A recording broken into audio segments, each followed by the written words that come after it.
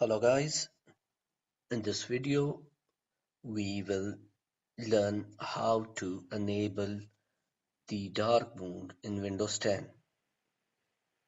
Let's do it. First of all, press the Windows key plus I key,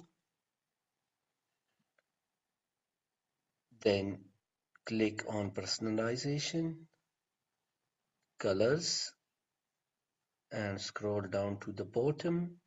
In the choose your app mode, change it to dark from light to dark.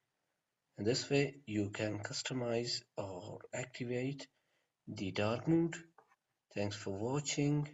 Please like and share my videos and subscribe to my channel for more interesting tips and tricks.